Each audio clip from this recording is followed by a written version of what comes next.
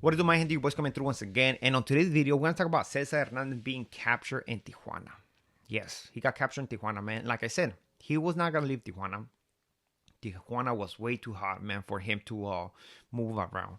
But before we continue with this video and give you the details, don't forget to hit the like, a comment, and if you haven't subscribed to the channel, man, hit the subscribe button real quick. It doesn't cost you nothing, and at the end of the day, you're just helping my channel get bigger and bigger and bigger. So, let's get to the news. So, apparently on April 17, right, at night, the Grupo of Sedena captured Cesar Hernandez. So, who's Grupo Sedena? Grupo Sedena is basically El Ejército Mexicano. It's those guys that you see on the green trucks, dressed like soldiers and stuff like that, with the helmets and stuff like that. And they were searching for this individual. One of my subscribers was telling me that he went to Tijuana, and there were militaries throughout the city, man, throughout the city. So had checkpoints. That's why I knew that Cesar Hernandez was not gonna leave Tijuana. It was too hot. They had too many checkpoints. They were patrolling the streets for too much, and there's no way. There was no way that this guy was gonna leave Tijuana. Period. You know, it doesn't matter who was helping him, but he was not gonna leave Tijuana, man. So it was a hot zone, and a lot of people were upset. Trust me, a lot of people were upset. So Grupo Sedena captured Cesar Hernandez in La Colonia Lomas de Matamoros, and he was in this little room made out of wood. He had a weapon with him when he was captured.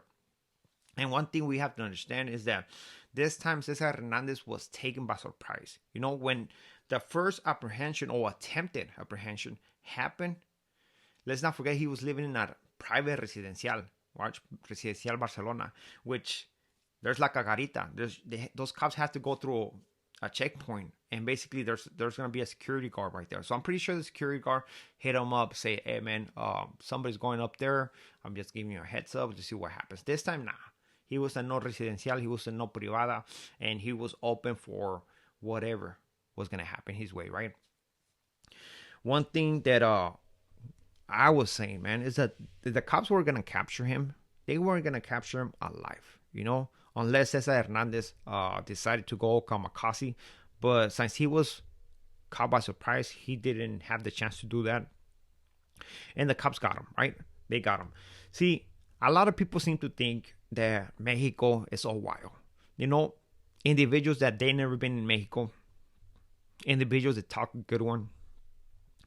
Everybody thinks that Mexico is all this crazy wild, wild west, that everybody does whatever they want.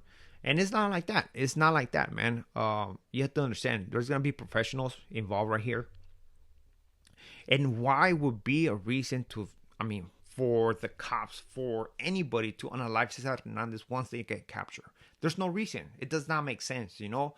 But the only thing is like this, man. This individual broke a law, unalive an officer. So now he got captured. Big win for the Mexican government. They did their job. They captured this dangerous individual, dangerous criminal.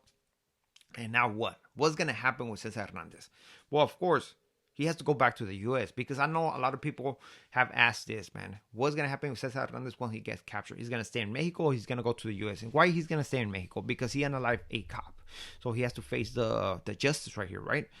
Well, no, I think he has to go to the U.S. because he's owned by the U.S. He was a prisoner from the U.S., you know? So maybe once he finishes his sentence over there, if he ever gets to get out, he's going to come to Mexico to face his the crime over here, which, man, good luck with that one. But I don't think he ever going to get out of prison in the U.S.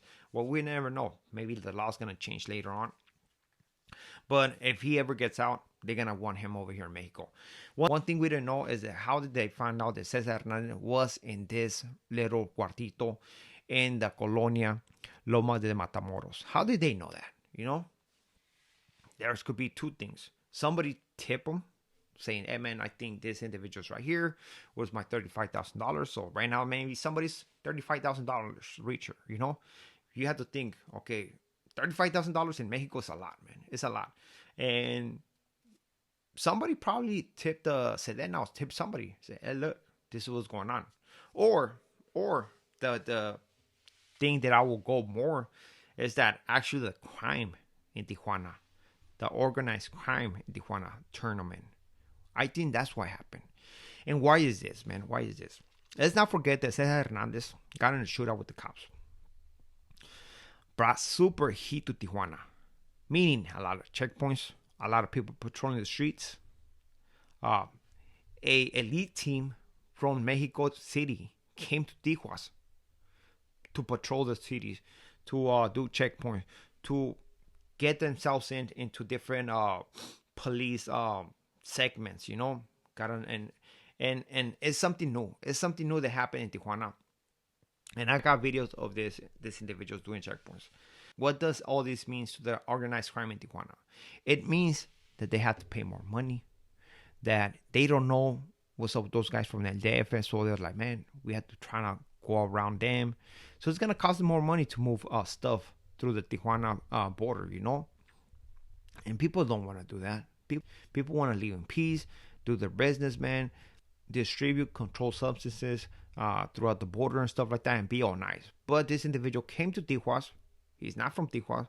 Came to Tijuana, made a mockery of the cops, and got the whole zone hella hot, So the organized crime is going to be upset about this, So I'm pretty sure they tip them that, hey, look, this guy's right here.